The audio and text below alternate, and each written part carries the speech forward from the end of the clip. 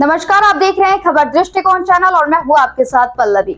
खबर बाराबंकी से है, जहां रामनगर थाना क्षेत्र में न्याय की गुहार लगा रहे एक परिवार की पीड़ा अब सुर्खियों में बनती जा रही है। पीड़ित मुन्ना लाल ने पुलिस अधीक्षक बाराबंकी को एक शिकायती पत्र दिया है, जिसमें आरोप लगाया है कि उसकी बहन नीरज कुमारी के साथ गांव के ही दबंग युवकों ने पहले शादी का झांसा देकर दुष्कर्म किया और फिर जब युवती गर्भवती हो गई तो उसे जान से मारने की कोशिश की गई। मामले में केवल एक आरोपी प्रभात कुमार को गिरफ्तार कर जेल भेजा गया है, जबकि अन्य आरोपी आलोक उर्फ मनी और संतोष कुमार खुलेआम घूम रहे हैं और पीड़ित परिवार को लगातार जान से मारने की धमकियां दी जा रही है। पीड़ित परिवार ने पुलिस प्रशासन पर पक्षपात और आरोपियों से मिली भगत का भी आरोप लगाया है। पीड़ित का आरोप है कि बाकी अभियुक्तों की गिरफ्तारी न होने से उनका परिवार डरा और सहमा हुआ है। पुलिस अधीक्षक से पीड़ित परिवार ने अपील की है कि शेष आरोपियों को जल्द गिरफ्तार कर न्याय दिलाया जाए। क्या मामला पूरा बताइए। सर, ये हमारी बहन को अपने प्रेम जाल में फंसाकर शादी का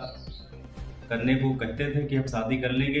हम अपनी बहन को बहुत समझाए, लेकिन हमारी बहन इनके प्रेम में इतना फंस चुकी थी कि ये मान नहीं रही थी जी।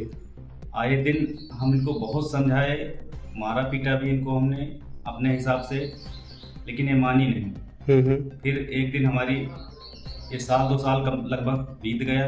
कोशिश हमने बहुत किया कि बिटिया शादी तुम्हारी कर लें, लेकिन इतना इनको ये अपने हिसाब से कर रहा था कि ये मान नहीं रही थी, सिर्फ उसी की बात मानती थी। फिर हमारी पत्नी, हमारे बच्चे जब हम घर से बाहर काम के लिए निकल जाते थे, तुरंत ये उसके बुला ले जाता था ये।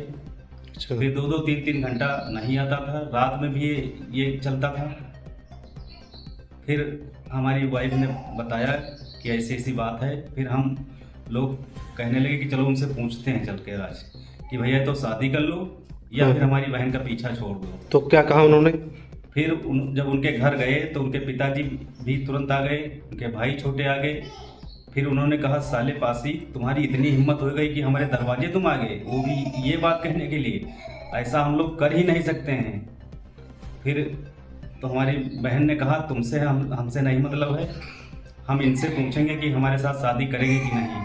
ये हमसे कहते थे कि शादी कर लेंगे। फिर वो कुछ नहीं बोला।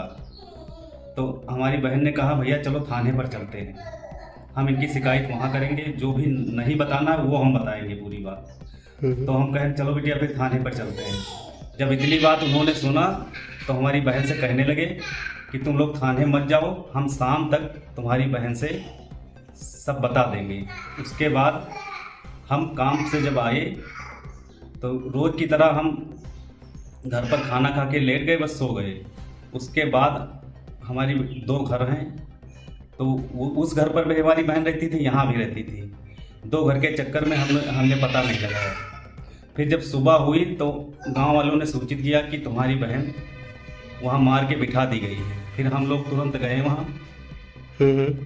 फिर देखा कि उन लोगों ने मार के हमारी बहन को बैठा दिया।